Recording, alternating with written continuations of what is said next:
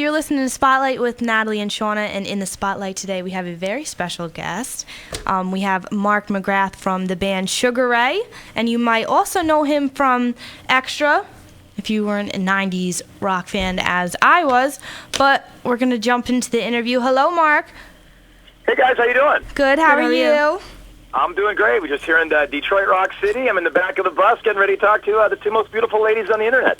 Absolutely. Oh, absolutely. Well, are you excited for your new tour? Because we are.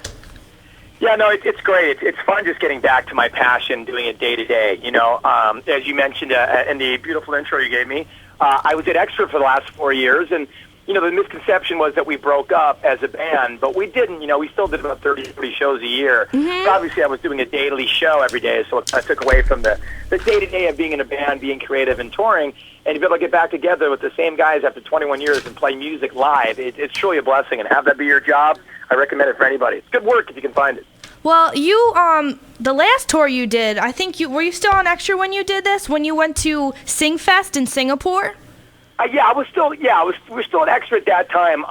You know, I was on hiatus then, so I think we had like 2-week hiatuses throughout the year, and probably about 2 months off, so I was able to do some small tours, but not a bus tour, you know, where we get all the dudes back in the bus and start driving. So we'd do some one-offs, some weekends here and there, or we'd, do a show or two overseas, but not the daily grind, which makes life so much fun out here on the road. Whose choice really was it to actually go back in the studio, make this album, and then go on tour? Was it a group decision, or was it your decision? Kind of everything in our band was kind of just a happy accident. You know, a friend of ours got a record deal through Fontana Universal called Pulse Recording, and he's a really big rock and roll producer. He's produced bands like Stained and all their hits, and Limp Bizkit, and, that's awesome. and Velvet Revolver. And through his production work, they gave him a label deal.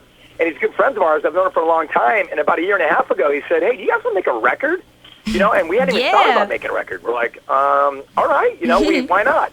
You know, I was still at Extra at that point, and we said, let's just do it at our own pace. We'll have some fun. You know, when you're in a band, what you do is you perform, and hopefully you write music. And to have that kind of outlet, we feel very fortunate. And so we said, sure, let's make a record.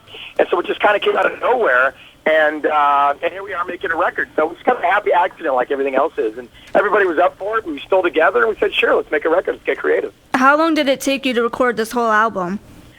It took us about, I was at Extra at the time, so when we first started. So I think it took about a year because, we kind of were doing it half, when the studio was available and, part-time. And then when I left Extra in September, it became the full focus. And I'd say we really started ramping up in November, December, January. And it probably took us about a total of 4 months to do the whole record.